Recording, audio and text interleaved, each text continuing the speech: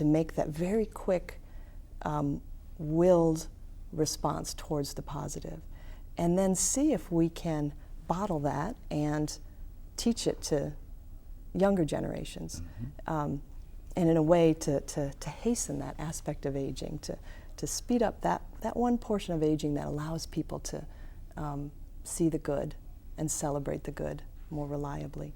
And so one way we do this is by tracking people's experiences on a daily basis and really studying patterns in those, how people relate, how people express appreciation to those they love and build ties that way, how they engage with their work and their daily activities, and study how people's orientations towards soaking in the good really do fuel them and carry them forward. Barbara, I get the feeling as I've gone through this and listening to you that over and over again what you're really saying is that search for something that is of value, something that makes life stimulating and enriching, and that you don't get this by constantly putting yourself down. You don't get it by being drowned in negativism. You don't. So at least give yourself a chance. Right. Try this. Is this Right. what you're finding? Right. I think that there's a new perspective in this area of psychology and to look at flourishing mental health.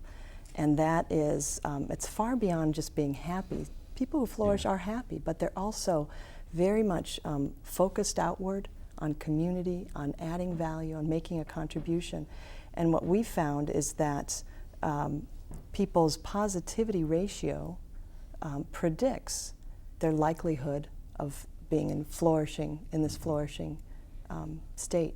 One of the things that we found is that the majority of the population, about 80%, fall below this 3-to-1 tipping point threshold. So there's so much room for improvement. About 20% meet that criterion and would be classified as flourishing.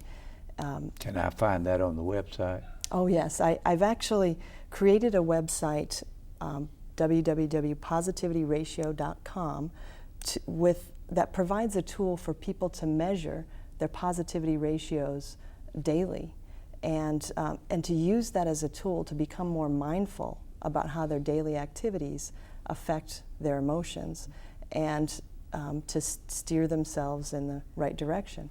In the same way that keeping a food diary is something nutritionists will say will allow you to meet your weight loss goals or your fitness goals, I argue that keeping this emotion diary can help people become more mindful of the negativity landmines and their opportunities for positivity, that you can then give more priority to the ones that lift us up.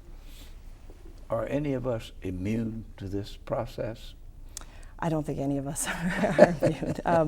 I think that we all have the capacity, and we all do experience a wide range of emotions, negative and positive. What we sometimes don't realize is how much control we have over which emotions we experience and when. And especially positive emotions are so mild and so subtle that we can think of them as unimportant. And that, I found, is a mistake, because these positive emotions, far from being sort of a sugar coating on life, they actually nourish us. They feed us, and they put us on this trajectory of growth that changes who we are a season from now. You're teaching first-year students what you found? Yes, I teach a first-year seminar in positive psychology. It's one of my favorite courses.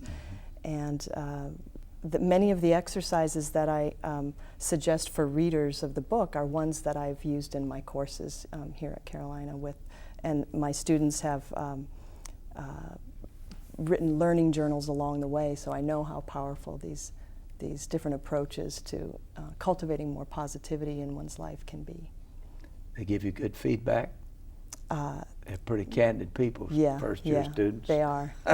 They're all about figuring out how to live life. Yes. You know, it's their first time away from home, and I really especially enjoy teaching it in the fall when they're just wide open and receptive to who they might be.